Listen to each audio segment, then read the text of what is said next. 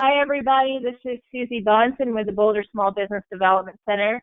We're going to get started in a couple of minutes. We have almost 600 people that have signed up for the session today. So we'll just allow a couple of minutes to get started, and then we'll get going, kick it off. And this session is being recorded. You're all in mute.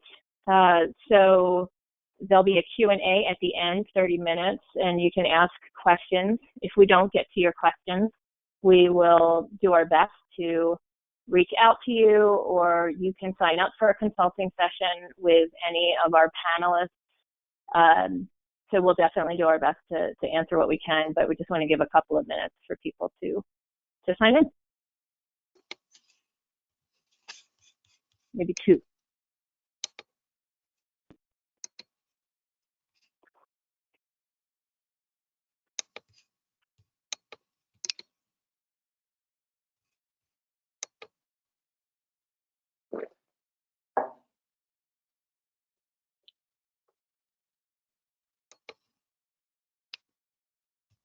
Okay, so while we're waiting, it seemed like a pause of silence for something. I feel like we should talk a little bit. So this is session 2 of a 3-part series. It's defensive marketing. The series is called Keeping Your Business Together in a Crisis. And we originally created this series before everyone was in, shelter-in-place mode. It was really supposed to be about keeping your business going and planning for the future. And then a couple weeks ago, everything changed. So we're doing our best to stay current with information and give you the best advice that we possibly can. Just to give a shout out to let you know, we are one of 15 small business development centers in the state of Colorado, and we know that there are people across the state that are dialed into this call. Any of your SBDCs can help you. We're all doing our best to answer questions and provide as much help as we can during these times. And I'd also like to recognize the city of Boulder, which is our host. They are an amazing partner for us, and we are working with economic development partners and community vitality partners in Boulder County and through the state to help as much as we can. The cool thing with all the stuff that's going on and all the upturn and change and crazy is that people are pulling together, and I have never seen so much support for small businesses, from a federal level, from a state level, and from a local level. People are scrambling right now to find answers for you, whether it's about the loans. Now we're trying marketing. Marketing wasn't easy before this happened. It was a challenge for small business owners, as we all know, just to get things done. How do you create your online presence, and what channels do you use, and how do you make the time to work on your business and not in it? And so today, I encourage you to sit back and relax and listen to our panelists, who are all subject matter experts. They all work with all different kinds of small business owners, and they have some good advice to give that'll help you for now, and also to help you after things get back to whatever the new normal is. Staying top of mind with your clients, being relevant and connected is the key to success. For those of us that had businesses in the recession, we know that you had to be nimble and creative to stay alive. And you know what? People are spending money now on non-essential items. And I think that the marketing efforts for small business owners has been really cool. The whole takeout with restaurants and retail and liquor stores and all the good stuff, the curbside pickups, it's like we already know that those are in place. And using your local resources to help you get the word out of what you're doing is a really, really smart thing to do. But now it's like, what else? What else can you do to be top of mind or top of that pile? If somebody's ordering food, for example, once a week, how do you get them to contact you?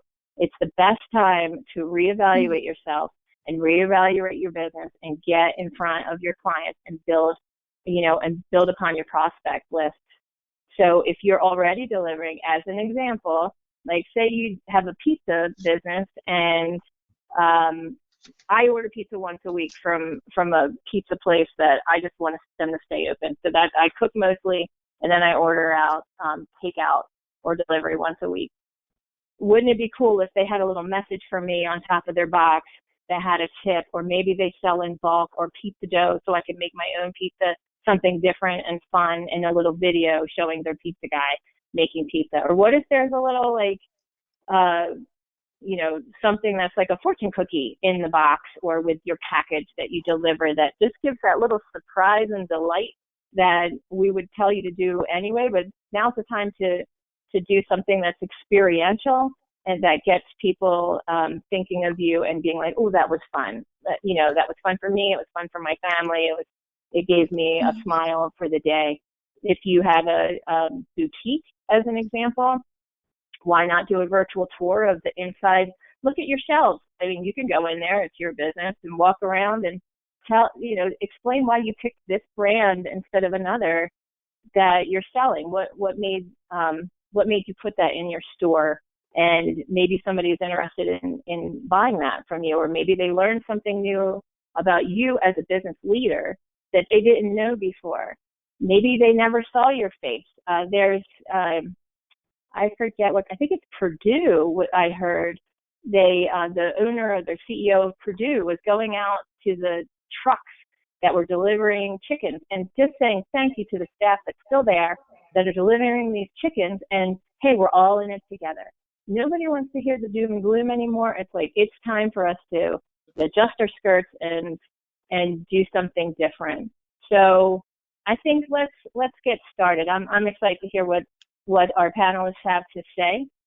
So the panelists on the top of, if you can see the top of your screen, or maybe it's on the side with all of our little heads, are Lisa McAllister. She's founder of With Good Cause. Sherry Ruskis, who's Arthur, not author, that's spelled wrong. Arthur, speaker and business strategist of Business Victories.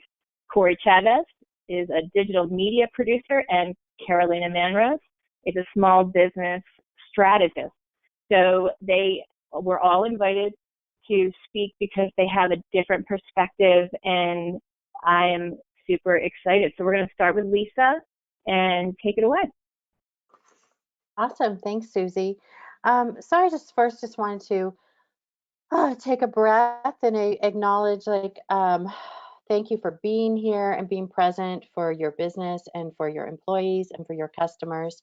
I know that it feels like the whole world has come to this screeching halt, and yet as business owners, we feel like everything is coming at us like an avalanche. Like there's this urgent need to save our businesses. And so I know it's important to act swiftly, but I want you to remember to breathe, assess the situation, and decide who you want to be right now and what you want the ultimate outcome to be for your business, for your family, for your employees. Today, I'm going to give you just some simple guidance around messaging, because it's a good time to look at how you're communicating with your customers and what you're saying, because you need to shift that message a little bit. So simple guidance around messaging, crisis communications, whether or not it's a good time to take advantage of PR opportunities. So let's start with messaging. Two things. First of all, if you don't have a clear list of who your audience is right now, that's where you should start. For most businesses, your two most important audiences right now are your employees. Don't forget your employees are one of your audiences, and your customers. What you could also include in that list of audiences is your investors, your competitors, and your colleagues or counterparts. I know that for me, My network has been incredibly beneficial and important to the work I'm doing right now. So what I'm saying to the people that, I used to maybe connect with infrequently, they're really a part of my team now, as my network, where we're all just really trying to help one another. So once you've identified, those audiences, take that list and then ask yourself 2 questions about each audience. First, what do they care about most right now? So in the past, you might have been thinking about what their product and service needs were, but right now, top of mind, obviously, is this crisis, their families, what's happening with the changes that have happened in their own lives with a stay-at-home order. They're living life differently. So ask yourself, what do they care about most right now? The second thing is then ask how you can help them. So this is the absolutely most important message for your business right now, is how you can be of help. You have to shift from thinking, why would they buy my product or service over my competitors, to what can I offer that is of value and is authentic? What will make them feel supported at this time? So literally just make yourself a chart with those audiences and those 2 questions. And that's gonna start you out with some very simple messaging around who you want to be at this time and going forward for your company. And this is also how you're going to stay connected to your community, and how you're going to get their attention amidst the noise. There's a lot of noise out there right now. And so we have to recognize that as well. So once you kind of have sat down, you have these basic messages, it's time to think about the crisis that we're in. Businesses often ask me if it's necessary to have a crisis communications plan. Usually they're thinking in terms of worst case scenarios, like a customer being harmed by their product or service, or someone going to the media with a complaint about how they do business. My answer was always yes to this question. Like, you do need to have a crisis communications plan, yet we've all been guilty of putting that on the back burner, kind of like, well, that's not going to happen to me. I've got to take care of the business at hand. Well, I think that COVID-19 has proven that we all need a crisis response plan. But what I want you to get out of today's presentation is that plan can be really simple. In fact, it should be simple, and can be incredibly effective in determining how successful you are at reaching your goals at this time. Teams that took even a few hours at the beginning of this crisis to put a plan in place came out ready to tackle the constantly changing challenges. And so if you haven't done that yet, it's not too late. You can do it today. And things that you should include in a crisis plan at this time.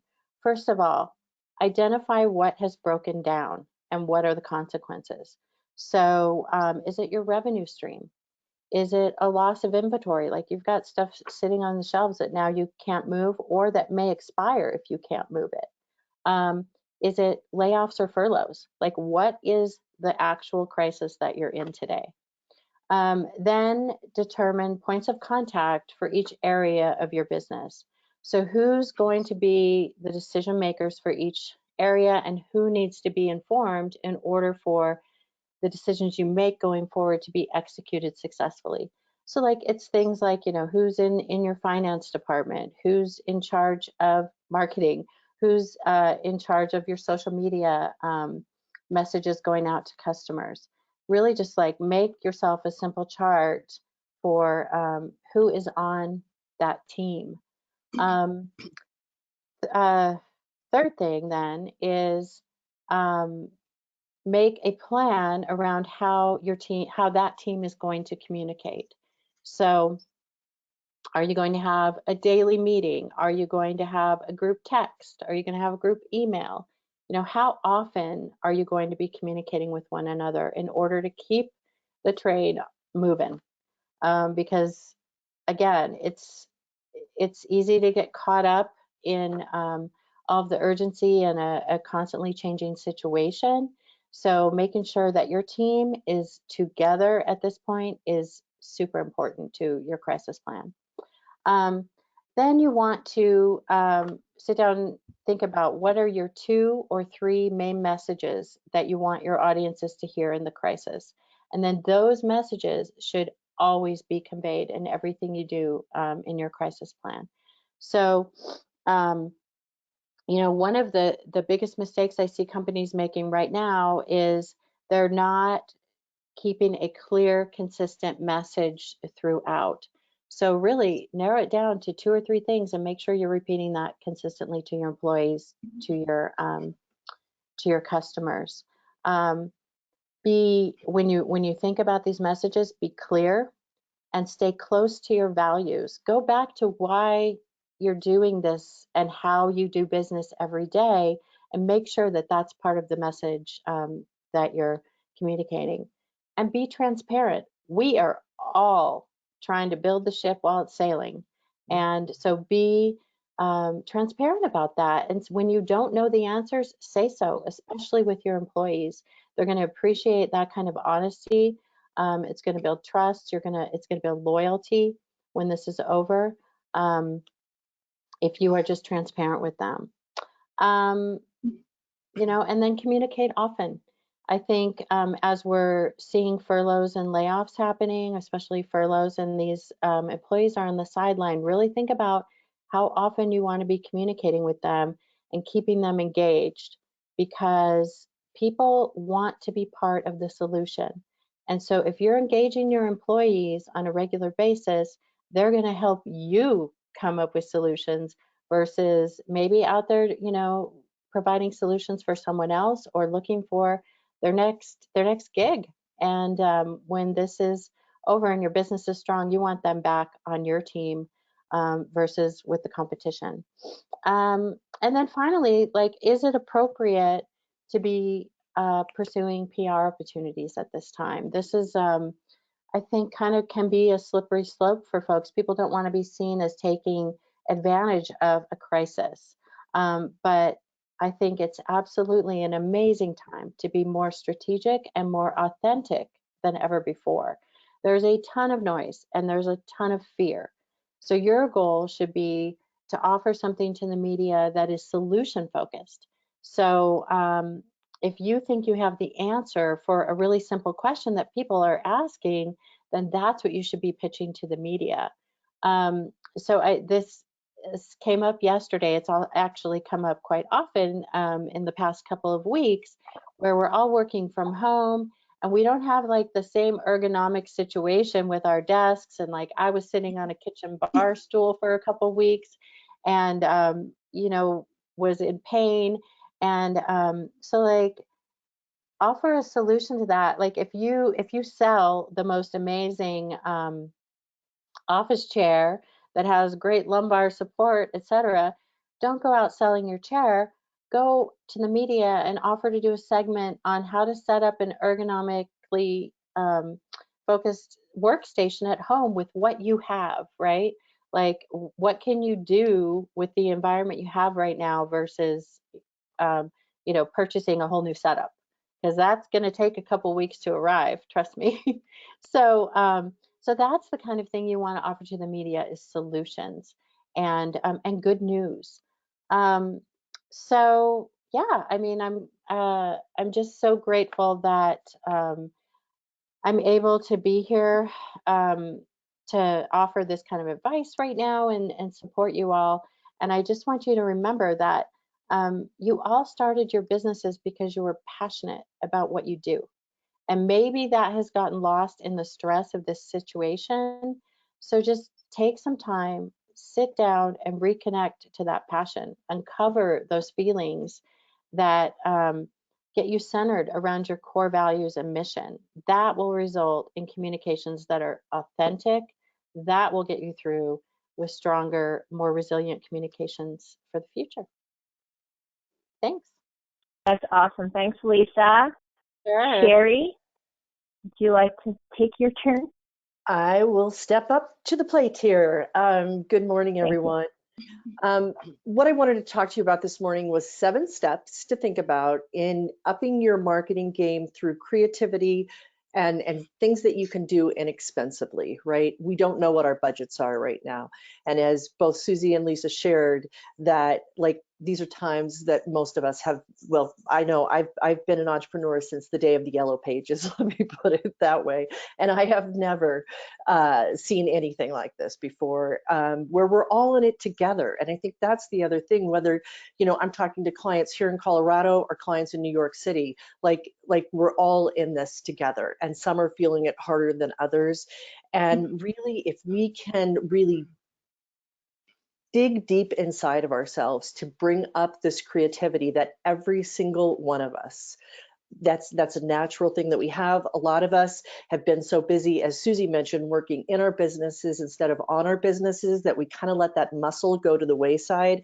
And now we have the opportunity to bring it to life. So I talk to my clients and in workshops about the 3 components of online marketing that are so important. It's your website, social media, and email marketing, and they all work together. And I'm really going to take you through that as we talk about this here in the next few minutes. Thinking differently is number 1. We have to think differently, how we serve our customers. And I always think of customers as past, present, and future customers. And looking at, for example, in my work as a coach, I usually work with my clients every other week. You know, that gives them plenty of time to get stuff done. Well, that's changed. I'm now working with them every single week because it's all changing so fast and we're all losing our breath a lot quicker. So I used to do a mastermind every other month. Now we're doing it every Friday. We're meeting because we're all in that emergency mode. So what can you do to with your customers to help you with that? You know, it's stopping to really take inventory with yourself. And one of the ways that I think that you can do that better than any is by writing. And for anybody out there that's saying instantly, I'm not a writer, that's not going to work for me. I think that we all have that within us. And, you know, I can share many stories, excuse me, but one with my client right now, one of my clients right now who she started what she's calling her pandemic diary. And every morning she's getting up and she's writing in her diary. And this is a woman who is the sole breadwinner for her family. She's got a family of 6. She's got a fairly large company that she's CEO of. She's got 3 employees, but she's taking out this time every morning to write and really get her thoughts down for the day, because we all have to get grounded in that. And what can happen from writing too is because you tap into your unconscious mind when you do that, and just what I call free writing, and you just start writing. You don't question it, but the things that can come out in that process are amazing. And so I highly recommend that you do that. Stop and look at the assets in your business right now, and whether it's products or services. And I'll give you an example. This past weekend, I'm a gardener. It's gardening season. I wanted to get some pansies for my yard, and I thought, wow, how am I going to do that? Called the local nurse. Well, actually, first of all, I looked up online to see what was going on with the local nursery. What they did right is that they put clearly on their website, we are open for business, and just call us and we can do curbside orders. So I called them and said, well, you know, I always like to look at the flowers I buy. And they were like, well, we can't help you with that. And so I just told them, you know, I gave them kind of an idea of what I wanted, and they did really good, actually. But what they could have done and what I requested of them, and they just said, oh no, we just can't do that. I said, could you just FaceTime with me and we could walk through the nursery together, because that's my favorite part of it, is to see the flowers and to pick them out. So they could have stepped it up. So it's looking at different ways that you could step up with your customers and do that better, and maybe even offer, because if they could have even offered a delivery service on that too, it would have been fantastic. So look at your business and what you're doing right and not doing right is number 2. Number 3 is to look for other businesses that you can partner with. Again, all of our eyes are wide open right now. So what can you do with other businesses? An example, so my daughter, she is a private chef in San Diego. Lost a lot of customers because of what's happening, of course. So what she did is she decided to create this $20 a month subscription service that would have people, that people could come online and do what she's calling pantry possibilities. That, you know, a lot of us are now in our kitchens that weren't in our kitchens before, and to be able to go through people's pantries with them. Now, she took it another step farther, and this is something for you to think about too on either side of the fence, but she decided to create an affiliate program with it. She reached out to a number of food bloggers and asked if they'd be interested in getting an affiliate for it, which they did. And it's really going well. And again, it's creating win-win situations all over the place. So looking at something like that and what you could do, and with any of the influencers that you are currently familiar with. All right, so that is number 3. Number 4 is to, you know, as Lisa was sharing, is to gather up your customer and prospect list. Like, who are the people that you're doing business with? And then as we go through 5, 6, and 7 here is to look at how you can reach out to them over the next 3 weeks. I mean, timing is everything. And what's been so interesting is how it's changed every week as we move forward. So with that, number 5 is to pick up the phone. Yes, remember, we all remember the telephone, don't we? And call your customers. We are all hurting right now. And I think we all have better days than others. And pick up your customers, find out what their needs are, and find out how you can best be of service to them right now. What is it that they need from you?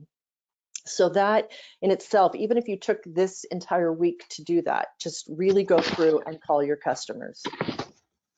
Number 6, email marketing.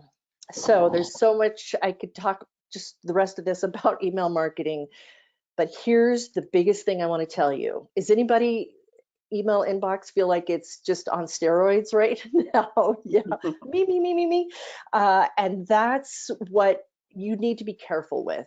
I still believe it's an effective tool, but if you look, I would say probably 1 out of every 10 emails I get are not getting deleted because they are keeping me in mind, not just themselves.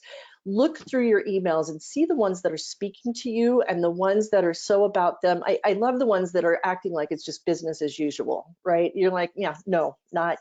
Or how about the ones that, you know, are talking about still talking about washing your hands? You're kind of like, yeah, wasn't that 2 weeks ago that we learned all that?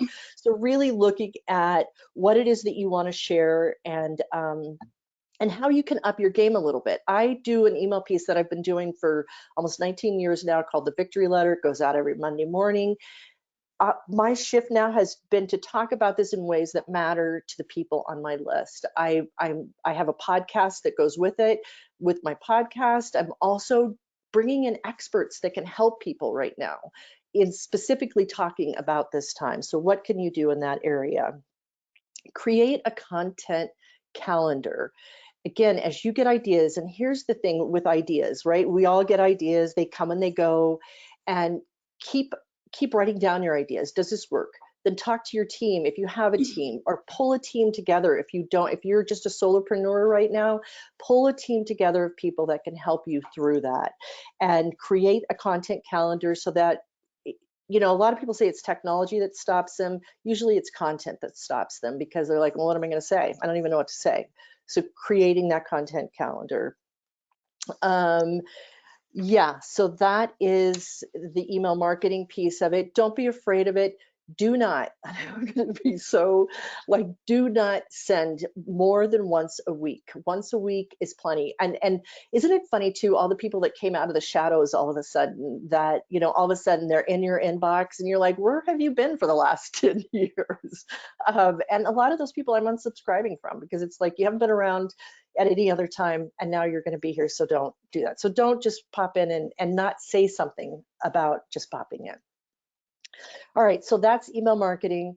The last thing I want to share is on social media.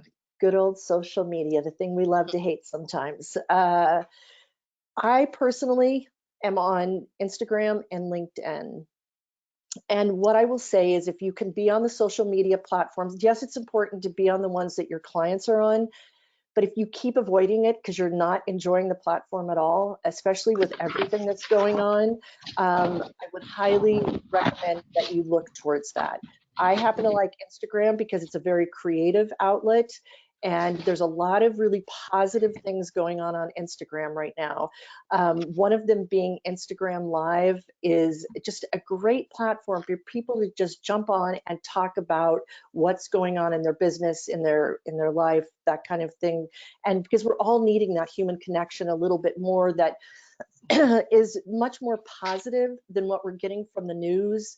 And so it's giving that place, you know, yoga studios, all kinds of people are coming on to Instagram Live, IGTV, to be able to share what they can. And it's something you can do in a flash. So I highly recommend that.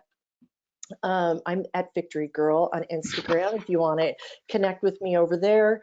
And reach out again to those social media influencers, those people that you see in your industry that you want to make connections with. And here's the key with social media as well.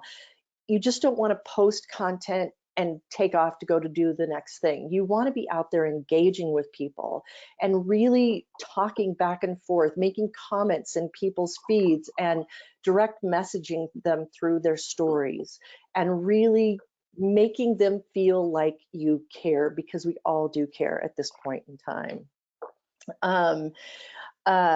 If technology, and this is the thing I want to say, and I know that Corey's going to get more into this too, but if technology is something that you've been avoiding in the business, get people around you who can help you. Don't waste the time or money trying to do it all yourself. Get helpful people around. There's a lot of millennials that are looking for extra things to do right now. I always say that my millennial children have been a big help in getting me to where I could really play the Instagram game and whatever that is in your business. And finally, I want to share with you, this is just one, there's a book called Stories That Stick by Kendra Hall.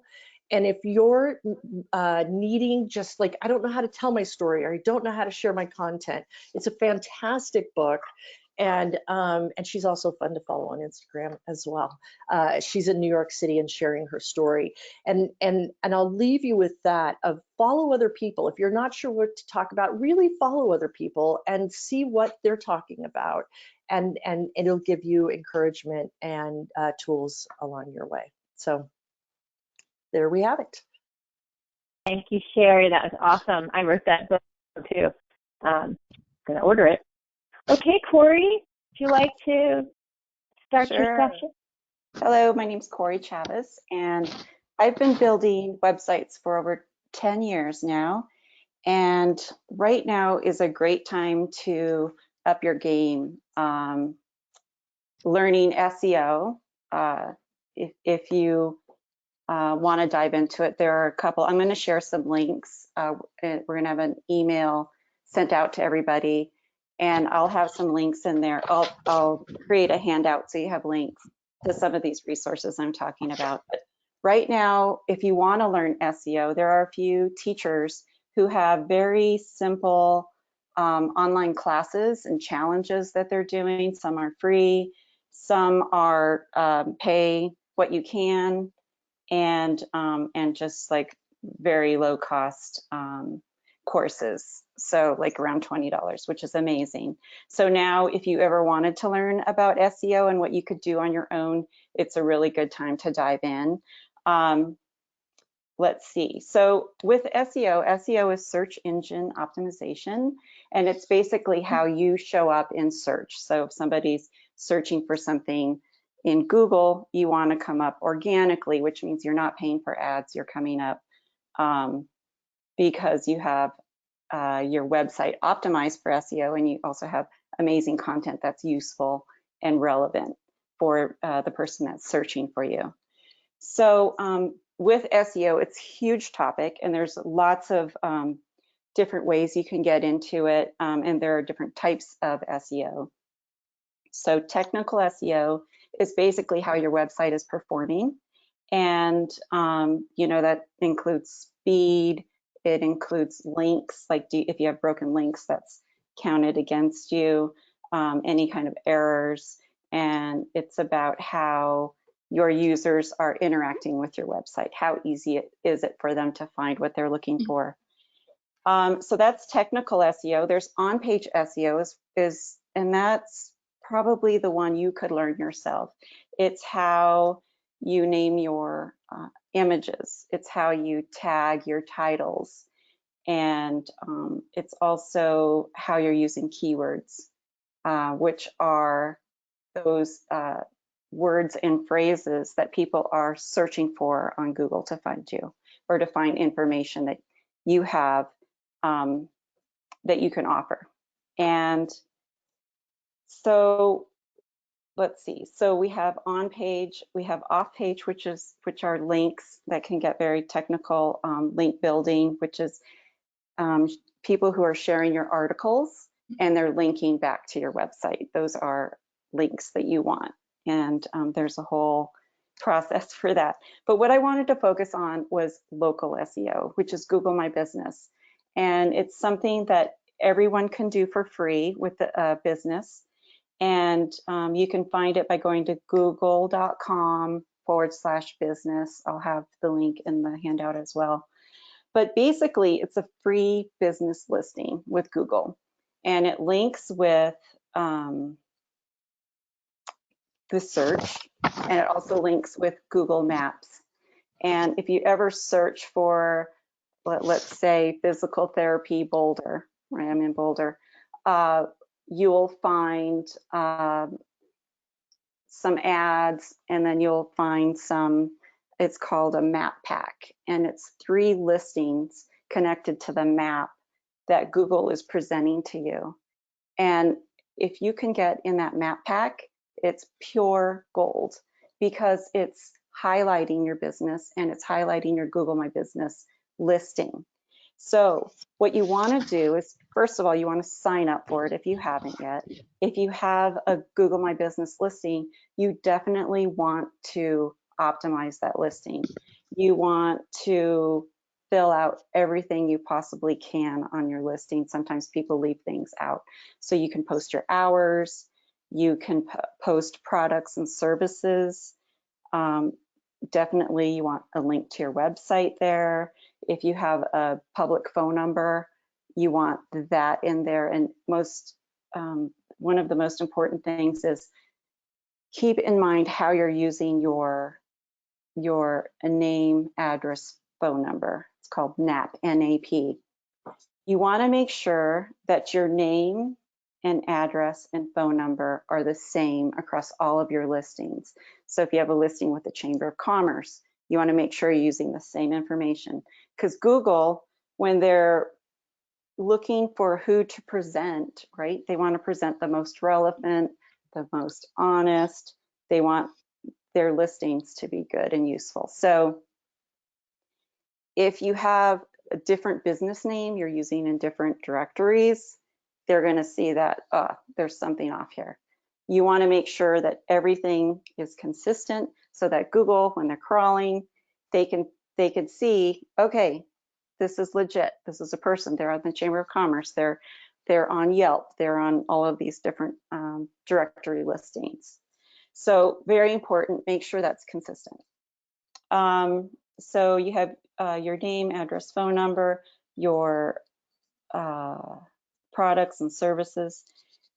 Some of the most important things you could do is have reviews, and this is a perfect time to get reviews. Like Sherry was saying, pick up the phone and talk to people. We're all home, right? We love hearing another voice. So call your customers if you don't have a review from them, and ask them for a review. And check in, see how are you doing. It's a really good time to connect with people. And you can just say, I am in the process of working on my business in this time, and so could you please write a review for me. And some people are busy still, so if it's easier for them just to do a review over the phone, just take it down right there, because asking someone to do a review and then getting off the phone, they might forget, get busy. So at the very least, if you could write it down, what you want is, what was their problem before they worked with you? How did you solve the problem for them? So you want to see a transformation happen in that review. So reviews are huge right now. It's a perfect time to be getting reviews. What would be even better is if you could ask them to write a Google review for you, or a Yelp review, depending on what you're on. But with Google, after you create your business listing, you'll have a link that is, and sometimes it's hard to find the link. It's basically on your home page. And then as you scroll down a little bit, it's share this listing with somebody else. I can't remember the exact language. I don't have it in front of me, but find that link and share that link with people. So if you're going to do this in an email, say, you want to make sure that it's easy for them to get to your Google My Business page. So reviews are huge. If they have photos that they could add, that's huge. Photos is another area on your Google My Business listing where you can add your own photos, and photos are huge. So you want to add, if you have a physical business, you want a wide shot of your building. You know, what does it feel like to be inside? You know, maybe a shot of the reception area. You could have pictures of your team and individual shots, profile pictures. Definitely you want your customers interacting with your brand in your pictures. So just really think about that. And you can take pictures with your phone. As long as you have good lighting, it's perfectly fine, and it feels authentic. So you just want to show you're a real business and you have happy customers. And another thing I'll say about Google My Business is there's a section for posts. And posts are, you can think of it as social media, sort of. They're only there for 7 days. And you can post about what's new in your business. You can post about upcoming events. These can be online events. You can post offers with coupon codes. And you could also share those posts on social media after they're published. So definitely, I just want to encourage everyone to up their game and Google My Business if you can, because right now it's free. If you don't have a website, they have a website section where they kind of highlight your Google My Business listing as if it's a website. So if you have no website, get a free website with Google through the Google My Business listing. So that's really quickly that about SEO. Another thing is I'm having a lot of clients wanting to put their products online because they are selling physically in person and they don't have an online presence to sell products. And right now I'm working with a client, and we just did this. She already had a e-commerce business on Shopify, and that's the platform I definitely would recommend to everybody. And we just changed her email marketing to Klaviyo. It's K-L-A-Y-I-V-O. And it's got a beautiful, simple interface, and it connects with Shopify in that you can see, you can add all of your customers from Shopify, and you can directly target them in an amazing way. So you can tell who looked at certain products and didn't buy. You can have a welcome sequence that gives them a coupon to buy something at your store. And the way that it highlights products is amazing. It brings in your products and their photos and the price and a buy button. I mean, it's just so simple and beautiful. And if you're looking at e-commerce, I would highly recommend that. I just think it's a game changer, and the pricing is not, it's not outrageous. It's actually less than some of the other big email marketing services out there. So that's what I have. I have so much, and I have links I'd love to share with you guys. So I'm going to put all of that in a handout. Awesome, Corey. Thank you. Okay, Carolina. Hi, Your everybody. turn. Thank you. It's going to be a challenge to be the number 4 after all these 3 amazing ladies have spoken. But I want to thank all of you for being here this morning. Let me tell you, I really admire all of you because you're fighters. You know, you are thinking about your customers. You are thinking about staying alive during this time. You're trying to look for resources and tools to make it, and we are going to make it. You know, it's just a little rough right now, but we're in this together, like everybody is saying right now. So I want to start with a quote from Viktor Frankl that says, when we are no longer available to change, we're no longer able to change a situation, we are challenged to change ourselves. And I think that is the case right now. We cannot change the situation, but we for sure are changing. And in the midst of all this, I keep thinking, you know, what were our clients doing 2 months ago? You know, going to work, getting their hair done, nails, having coffee with friends, and you know, of course, we had stress. But then what happened a month ago? You know, we're starting getting provisions. We're starting changing our mindsets, and the feeling of being scared, the uncertainty. Some planned for it, some didn't.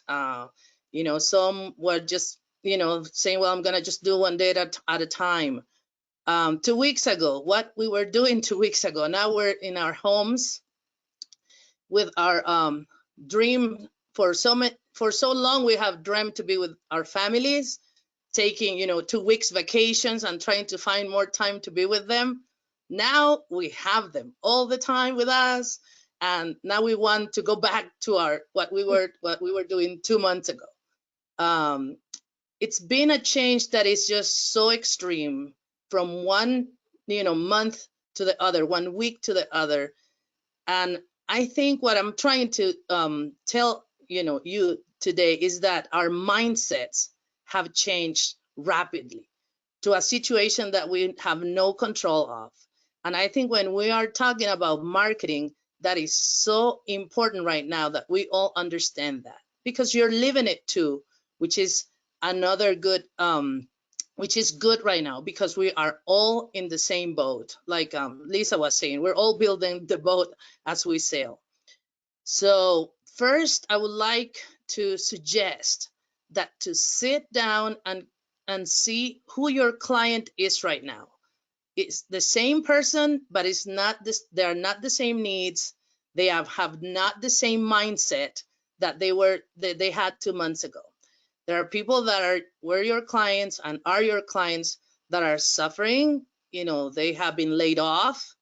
They don't have, you know, maybe they didn't really thought about what was going on, and now they are reacting to some situations. They're far away from their families. We are having all this turmoil of emotions. So a pair of shoes maybe right now will not be the best. You know, you're not thinking, by the way, I'm wearing high heels today just for the webinar to kind of change my mindset. So how do we communicate with them? Sit down and see now how your client mindset has changed. So create a profile, you know, think of the circumstances. Chances are that your client profile right now, it's almost like yours, you know, so you'll be able to really understand. But then you'll be able to also pinpoint emotional needs, psychological needs that will help you create a strategy to keep connected to your client. Think of what they're doing every day. You know, we've heard examples of you know, videos. It's now we're all rushing to do videos and to you know, do things virtually because there's no other way to communicate right now. but don't rush to do any video. Sherry said that, how many emails we get that still seem like everything is normal. So no, there's no normal right now. So if you're gonna create a video thinking of the reality that is happening in that household. You might have clients that are by themselves. You might have clients that are with the kids. You might have clients that are in nursing homes. I mean, think of the reality of your client, and then you can create not only a video, but let's try to think of how can we connect with that client through, our live streams, our videos. And I have an example of this. There's a karate studio, and I've been talking to, different business owners from different countries actually.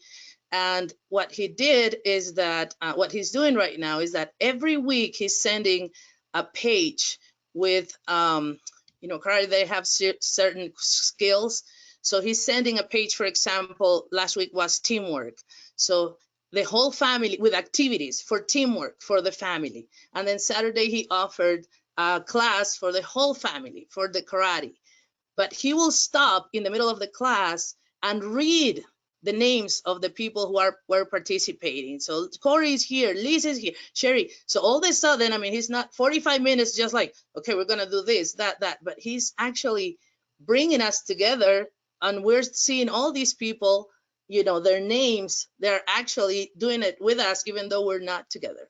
So that is the part of the connection. And then because I wrote my name and I said I'm signing in, he did it through Facebook, and then he thanked me too for being part of it. So I think that kind of connection, it's important, not just a simple video. Here's what I do. Try to find interaction, with your clients when you're doing live. Like when you were at your brick and mortar store, I mean, you were talking to them. It's not just a unilateral way, you have to have some connection with them. And believe it or not, he was telling me too that he actually had gained 3 new clients because he never was doing this virtually. So now people are signing in to, for his classes. So I think that is important. Right now, your databases are key. Hopefully you have good, solid, updated databases, because that is what's going to keep you, communicating with your clients through the emails. Like Sherry was saying, I think it is important that you just don't write stuff just to write. Right now, it has to be marketing, like Susie was saying, was always been hard. And now, I think it's more challenging than ever. I went to the Chamber of website of the Chamber of Commerce in Madrid to see, what other businesses all over the world are doing, especially the ones that are like 2 weeks ahead of us. And I found out that, they were offering through this, first, businesses are getting together to offer services together. For example, they offer, if you are a lawyer, they offer free advice regarding, all the changes in what is happening with the business, with your employees, things that we still don't know. We're learning as we go.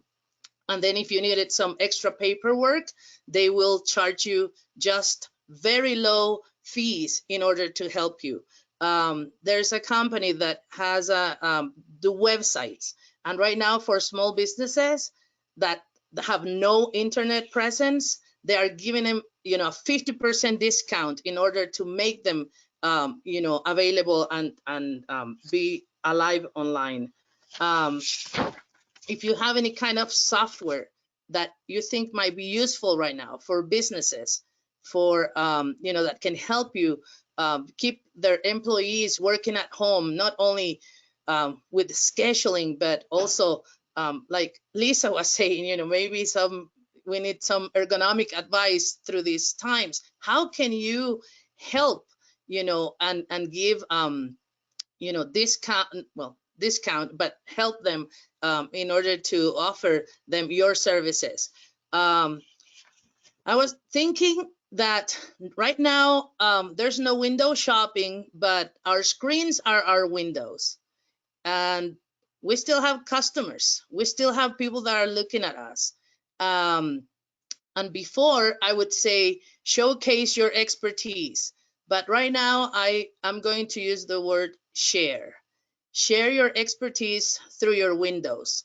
Show who you are, give advice in the area that you are an expert, because we all need you right now to not to be quiet, but just to keep us alive. I think what's happening right now too is that our mindsets have changed so much that we need us to be together to lift our spirits, to tell us good things, things that are happening.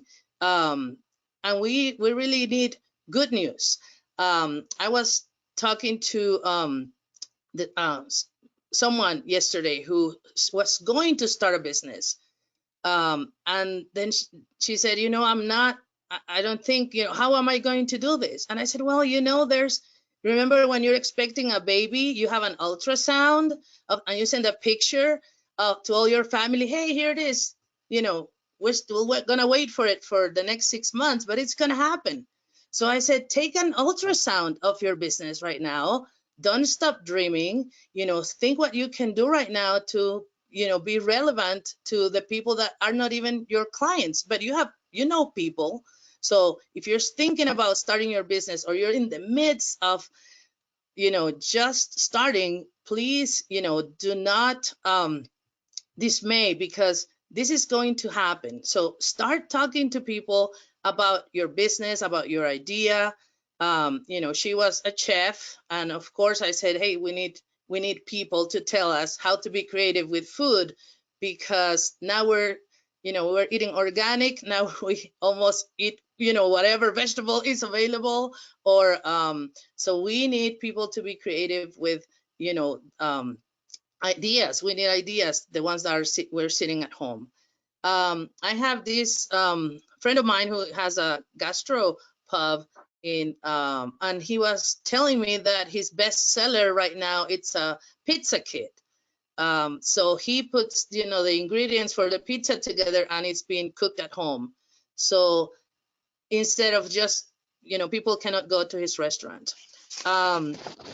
Another thing that I wanted to tell you is that this is it's almost like a war. We need a strategist every single day to go through this. But I think knowing what your customer needs right now, ask them, also how can you help them. Trying to always serve with your expertise at this time. Anything that you do today will be memorable to your customers, because these are the toughest times.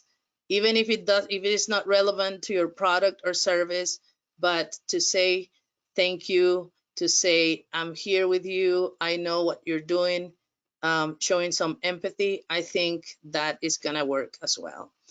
So I want to leave you with 3 words right now. One word is solidarity. I think it is the time for us to be united. The other word is service. Serve your clients with what you have. It's going to come back to be good for your business. It's going to translate in you're sowing right now. Even if we don't see the harvest, we'll see it soon. And then the other word is survival. Let's keep us in this survival mode. We're gonna fight this. We're gonna come back. And then I wanted to yesterday, because I was going to be part of this panelist, I'm like, okay, what can I do for everybody? So I created a website. It's a very simple one, but it's called Solidare, and it's called SOLIDARE. And I'm just going to write, like Sherry said, write. So I'm going to write every day, just one sentence maybe of advice, if I can give you, of the things that I see. And if you guys want to get some advice from me, then you can go there and find me. I just want to finish with this other quote that is from Viktor Frankl too, and it says, "Everything can be taken from a man, but the last of the human freedoms to choose one's attitude in any given set of circumstances, to choose one's own way." So let's do that. Let's keep it, alive, and we're here to help you to get through this together. Thank you. Thank you, Carolina. Thank you. So before we turn it over to Jamie to ask questions that have been submitted, I just wanted to, I think it tied in with what everyone was saying, but for those of you that missed, maybe you were supposed to go to South by Southwest, maybe you were supposed to go to Expo West, and that's how you got the bulk of your sales for the year, or a different trade show or an event, and you can't go, or it's coming up and you don't think it's probably going to be canceled if it's in April, possibly May. Start thinking about what you can do to create your own virtual events. People are doing concerts online, movie stars and singers and things are doing things and posting it on YouTube where they're singing from their home. I know there was I think it was Bud Light was doing virtual concerts. You can have an acoustic guitar player or somebody that has the entertainment section. You can do a virtual happy hour, and then you can schedule times just like you would at a show to meet with people and sit and talk about your particular product. So don't lose those sales because you've got a captive audience. It may be easier for you now to get them and talk about future business. So just wanted to throw that in there. And then I also wanted to mention, I heard of a hair salon that was doing tips and kits to, for their customers and videos and sharing information because, I know my hair appointment was supposed to be 2 days ago, and shamalama, I've got some gray. So, anybody that can give me a tip right now, I'm still going to come back to my hairdresser because I'm a loyal client. But I need some love, and they can't touch me right now. So same thing with nail tips. People are sending, if you're a massage therapist, maybe tips on how to do some self-care right now are some good suggestions because you don't know when you're going to get back to them. I know that gyms and yoga studios are doing, the online classes and Zoom classes and sending out their workouts. So I love Carolina's idea of announcing who's in the class to create some unity with that. And I also read something about if you have extra products, like food products that are going to perish, sharing that information, like Lisa said, it is a good time for PR. So if you're donating those things to food banks, or if you're helping in, the community in some way, I know as a human being, I want to know that. It makes me feel good to see people making food for kids and doing free meals, along with an adult purchase. I'll remember those stories after all of this is done. So I just wanted to throw those couple of little nibbles in there, and I'm going to turn this over to Jamie. And go ahead, Jamie. Okay. So we've gotten some great questions, I think. So I'll start with the first one that's kind of more general, and whoever wants to take a stab at it, go for it. So it's, do you have any special insight for solopreneurs? I'll take it. Sherry? The thing is to keep your spirit alive and to keep yourself surrounded with people around you.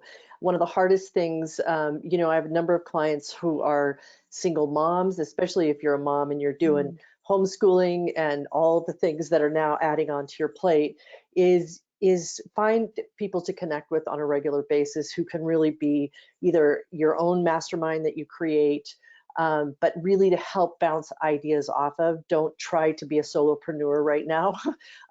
Really engage with other people is what I would say is most important right now. Can I say something about that too? The SBDC, we have business consultants. that can help you through this. You don't have to do this alone. We're part of that team. But besides that, well, there's plenty, in different areas. So you are not alone. Just, you can look for us in the website and get, to be with us, during this time. That's a great suggestion. Yeah. And I think accountability partners, just like Sherry was saying, so she was saying, don't do it alone, reach out. Having, if you can partner up. I know years ago when I had my agency, Corey and I were on, we were part of this Digital Divas group, and we would meet and talk about, just trying to hold each other accountable for like one goal. So, having somebody else you can talk to as an entrepreneur is really important. And yeah, reach out to us. We'll help you. Great. So the next one is for Lisa. What is the best way to reach out to the media? And are there resources out there to help guide how to write a press release? Or could it be as simple as just writing an email? So that's a great question. First of all, it can be as simple as just writing an email. But the easiest way is to first do a simple search, say on Instagram or Twitter or your local news stations, whatever outlets you're looking at, and see who is writing about your topic, and then reach out to that reporter specifically, and always say, hey, I saw your story on X, so I thought you might be interested in Y, And I don't think you need a press release. I mean, press releases nowadays, I think, are very good for SEO if you can distribute them on the wire. But an email that just outlines who you are, what you have to offer them in terms of like if you're an expert resource, and like a couple of good talking points that if they wanted to just run your story without actually talking to you, because reporters are moving fast and furious and they have very few resources, sometimes you have to kind of write the story for them. Then you can do all that in an email, and I think it's genuine, I think it's authentic, and for the most part, I think reporters are reading their email. News desks are reading and sorting every email that comes through. So like if you wanted to be on 9 News, you could just, I think the email address is something like, desk@9news.com or something. And you can find those email addresses pretty easily. So the next one is for Sherry. So what if you are a new business and would like to start a new email campaign? And how would you navigate that without being that guy who's new to the inbox? So I would, like we do as small businesses, we always start with our family and friends, right? And I remember the first time that I sent out the victory letter, it was right around 9/11. So we were all going through that as well. And so I just gathered up the list of people that I had, and I came from my heart. And I think that if you can come from your heart, it really makes a difference. And here's the other piece that I will share, and then keep it consistent. I sent out that very first email, right? We all get our gumption up. We're going to get that first email out. And then I heard nothing from anyone except from my mother, who told me I had 3 typos in it, right? So, I mean, it's just that you've got to keep going, and you're going to find your voice as you go. So again, come from the heart and people will feel it. Yes. Great. So Corey, there's one about basically Google My Business. Sounds like it was trying to charge them. Is that a scam? I guess part of this too, just kind of a general discussion would be, there's a lot of people out there that are trying to scam small businesses right now. And I would say, do any of you have insights you want to share about scams that might be out there? Yeah, I would say Google My Business. What you do is you create a Google account. So you'll actually sign up for a Gmail account and work with Google My Business directly. This is something you can do on your own. There are services that do offer, Google My Business or local SEO services, I would say to get started, do it yourself on your own so you can see what it's about. And then as far as vetting services, I don't know. Every time I see services that are emailing me, I tend to just mark them as spam, which probably isn't very nice. But I would prefer a phone call or a recommendation from someone.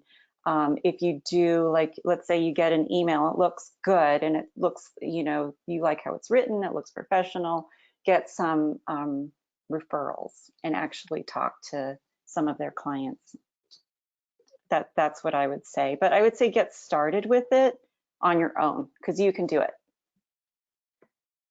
And Jamie, I will add around the scams. If you go to your local BBB's Better Business Bureau website, those websites have something called a scam tracker, and you can put in what you're experiencing, and it'll tell you, like, even geographically where certain scams are happening right now, so you can figure out if somebody's legit that way. And the Better Business Bureaus are also like posting on their social media channels and whatnot about things that are kind of going around right now, but that's a great resource for people. So Corey, there's another question. With Google My Business, several people ask this. If they're working remotely, they don't have a brick and mortar, if they have services around the country, if their home office is in Denver, but they're working in Durango, I guess, how do you navigate if you don't have brick and mortar? Yeah, so actually you don't have to have a physical business. Like when you sign up, put in wherever your home business, your home address, but you don't have to display that. And then you can mark a service area, like an area that you serve. So it could be the United States, or it could be just a region. It could be like Boulder City or Boulder County or a certain area. So you don't have to have a brick and mortar, although it seems like if you have an actual, and this is why I am now at a co-working space. I'm not working there now, but I did sign up for one just so I could have an address, because I think that's going to help me with my local listing. So this is a more general question that I'll pose to all of you.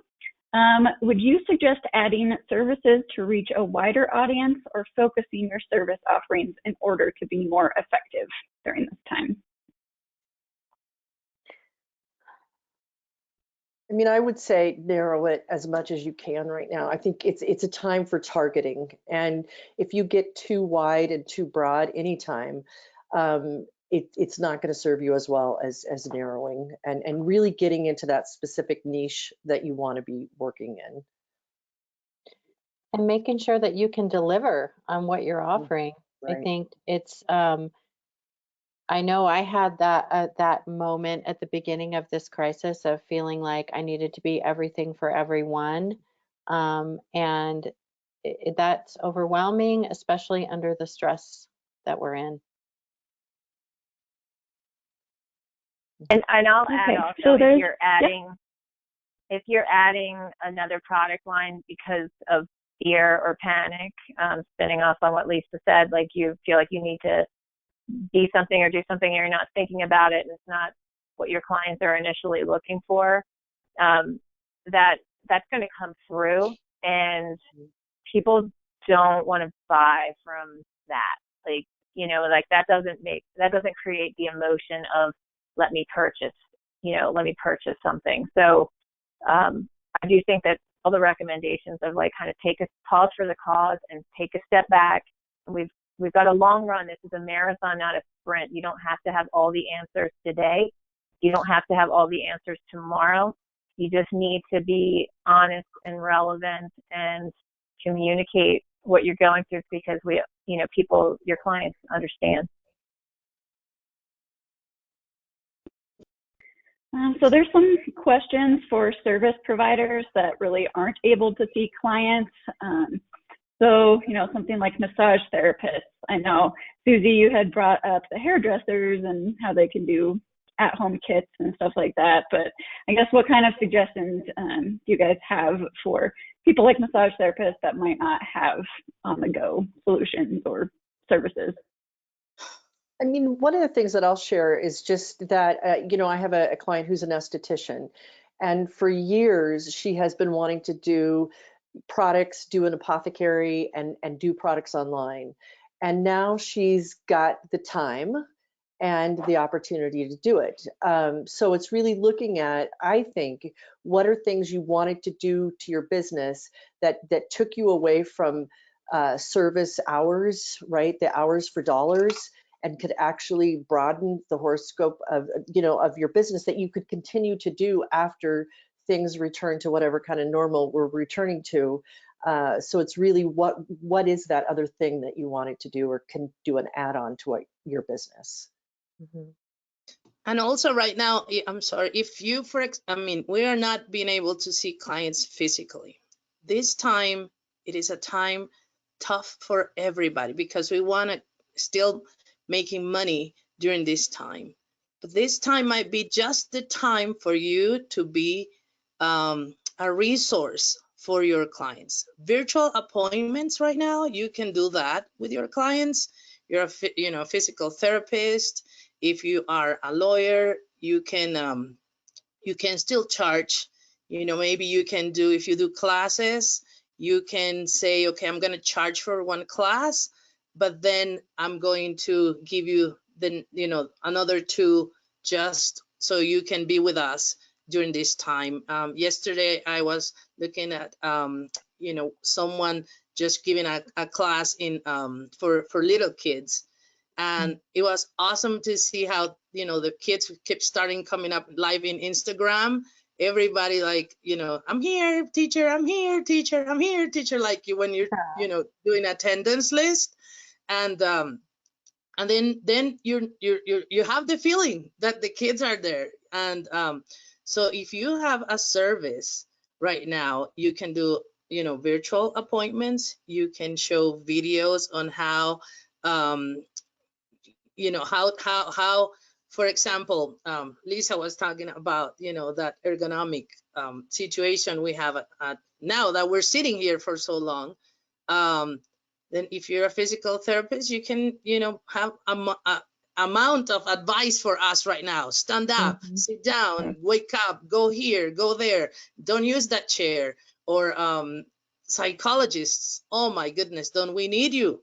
We always need you, but now we need you even more. So if you have a service, I just hope really that you can sit down, try to be creative, and also benchmarking right now. See what other people are doing. You're not alone in this. I was reading examples yesterday about, the distillery creating sanitizer, hand sanitizers from gin and aloe vera. I mean, 2 months ago, who would have thought of that? So now they're giving it away. So it's a time to be. Sorry, Caroline, I didn't mean to cut you off. I was going to say specifically for like massage therapy, one of the things, so some people may have been coming to you once a week, so they were regular customers.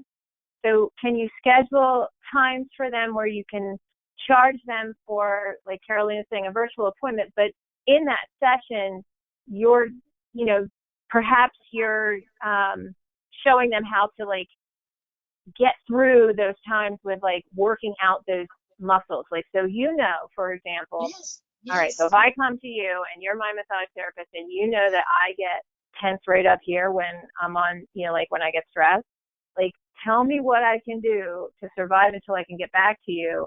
So do those sessions with me. Maybe they're shorter, they're not an hour, but like you teaching me like how to, rub my neck or, you know what I mean? Like something like that, and charge for that, because I know that the gift cards aren't a solution for everyone, because sometimes they're like, well, if I sell all my gift cards now, then I won't have any money when things pick back up. So if you can just think about those little things that maybe you just charge less, but you're getting some money and you're keeping those appointments, along the way.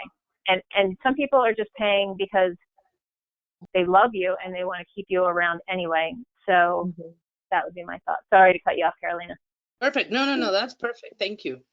You know, and it really feels like this is a time like a renaissance. We're going through a renaissance right now, and so much change.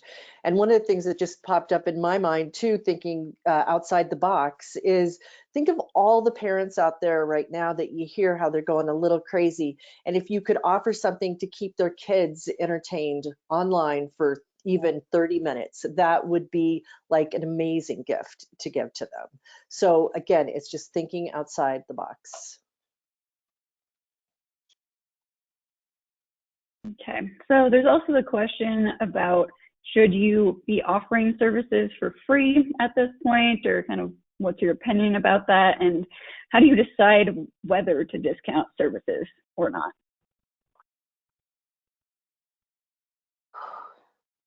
Personally, I wouldn't recommend discounting services if you feel they have the same value as they did before.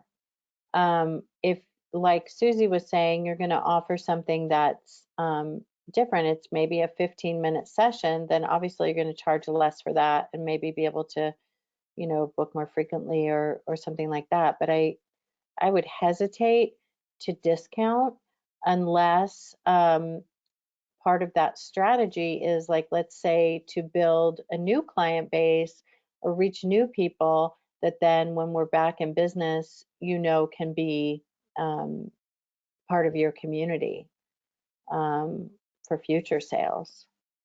That would be my instinct, but yeah, go ahead, Carolina. Well, I think since we're at home, we have the budget for our gas. You know, we're not spending money on gas, but we can spend money on what Sherry was saying, having something, you know, for the kids to do, pay some online karate classes, gym classes, music class, anything. So I think, you know, it's time to be creative. Let's say if you have a 4-class course, or every week you give a class, maybe you can charge for 3 classes and the other one is free. I think we need to show solidarity here too. You know, even if we have disposable incomes right now, we're thinking, what's going to happen with our 401ks? I mean, there's all this other stuff that's going on that you don't know, but we still need to keep alive and trying to keep ourselves together. We're talking today, we need to go for walks. We need to do that. So it's the same with the kids. So there's some money that you are going to be able to spend, you know, in products and services that are necessary to keep us sane at home either with our loved ones. So.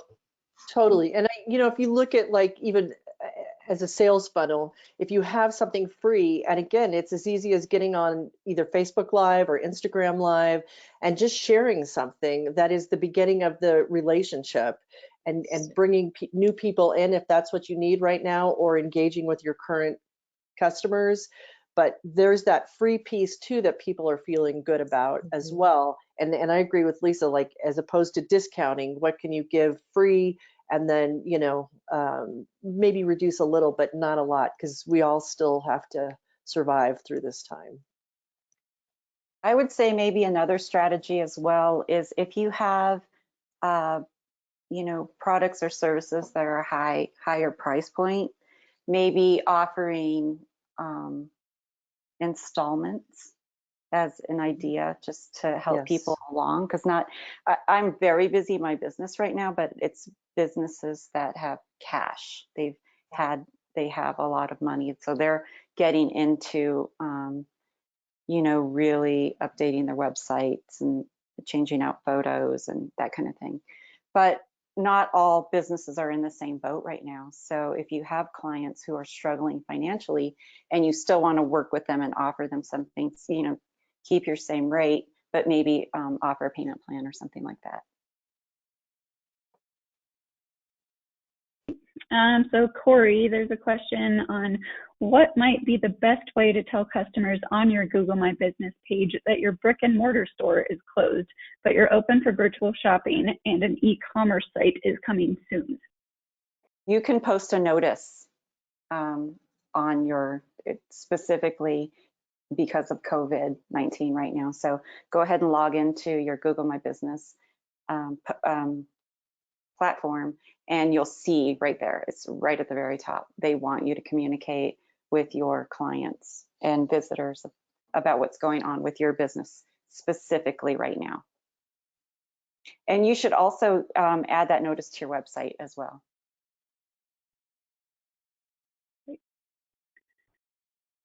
So I guess there's a question about if you're doing a virtual appointment with customers, what are your most recommended apps to use? As far as the actual engagement of it goes, Zoom, without a doubt, is, I think, you know, it's now become a verb that you're Zooming with people. And, you know, you can either do the free version, which you get up to like 40 minutes of conversation time, or for $15, you can have unlimited. I really find it to be the best source right now. Yeah, I would say I'm using Zoom, but also I really love this one called Vectera, Vectera. And what I love about it is with Zoom, you send someone an invite, and then they have to click on a link and then open up a program. They might not have the program. Sometimes there's problems with audio and that kind of thing. But Vectera, it's just what you do is you create a room, and you can keep the same URL for a particular client. So let's say I'm going to meet with someone, I give them the link. They just click the link and it's all online, so they don't have to open up any other programs or anything like that. And you can do screen sharing. There's like a whiteboard there, and so I'm really liking that right now. Lisa, you use a different one too, right? Yeah, I use Uber Conference for the same reason, is that I basically just have a virtual conference room that, as long as people have that link, it never changes. They can just like go to my conference room, kind of like going to my office. And I really like that. Eliminates confusion. They don't need any software to download. It's just, they can just do it in their browser.